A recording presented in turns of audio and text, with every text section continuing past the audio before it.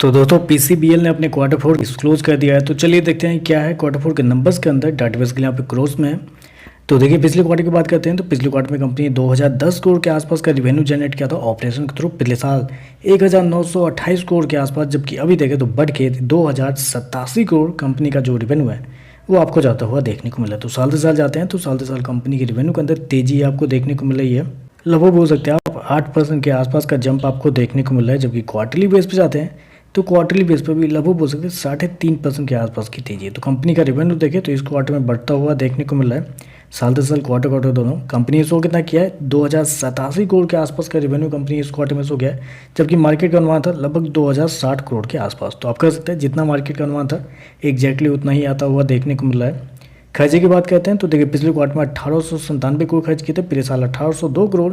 अभी देखें तो 1981 करोड़ के आसपास आपको देखने को मिले। तो खर्चे देखें तो खर्चे हालांकि साल दर साल थोड़े से ज़्यादा इस क्वार्टर में देखने को मिल रहे हैं, क्योंकि मैंने क्या बताया क्वार्टरली बेस पे मतलब साल दर साल देखें तो रेवेन्यू लगभग 8% के आसपास बढ़ा है। लेकिन खर्चे देखते हैं तो कंपनी का कॉस्ट ऑफ मटेरियल लगभग 11% के आसपास बढ़ता हुआ देखें। तो खर्चे देखें तो खर्चे थोड़े ज़्यादा देखने को मिल रहा है।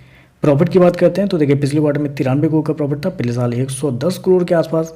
जबकि अभी देखें तो 100 करोड़ के आसपास आपको देखने को मिला। तो साल दर साल जाते हैं तो साल दर साल कंपनी के प्रॉफिट के अंदर लगभग 10% के आसपास की गिरावट आपको देखने को मिल रही है। जबकि क्वार्टरली बेस पे जाते हैं तो क्वार्टरली बेस पे लगभग 7% के आसपास की तेजी है। तो क्वार्टरली बेस पे देखें तो बढ़ा है, लेकिन साल दर साल जाते हैं तो गिरता हुआ देखने को मिल रहा है। जबकि मैं आपको बता दूं कंपनी ने शो किया है 100 करोड़ का प्रॉफिट इस क्वार्टर में, जबकि मार्केट का जो अनुमान था वो था लगभग 111 करोड़ के आसपास। तो मार्केट के अनुमान से देखें तो कमजोर कंपनी का प्रॉफिट आपको देखने को मिल रहा है। और अगर कंपनी के प्रॉफिट मार्जिन की बात करते हैं तो पिछले साल कंपनी का जो प्रॉफिट मार्जिन था वो था लगभग 5.7% के आसपास, पिछले क्वार्टर में 4.6% के आसपास। जबकि अभी देखें तो इस क्वार्टर में कंपनी का जो मार्जिन है वो 4.79 देखने को मिला था। आप कह सकते हैं साल दर साल तो कंपनी का मार्जिन कम होता हुआ देखने को मिला है, क्वार्टरली बेस पे हल्का सा बढ़ता हुआ देखने को मिल रहा है। चलिए कंपनी के ईपीएस क्या निकलता है वो देखते हैं। तो देखिए पिछले क्वार्टर की बात करते हैं तो पिछले क्वार्टर में 2.47 रुपये के आसपास था, पिछले साल 2.95 रुपये।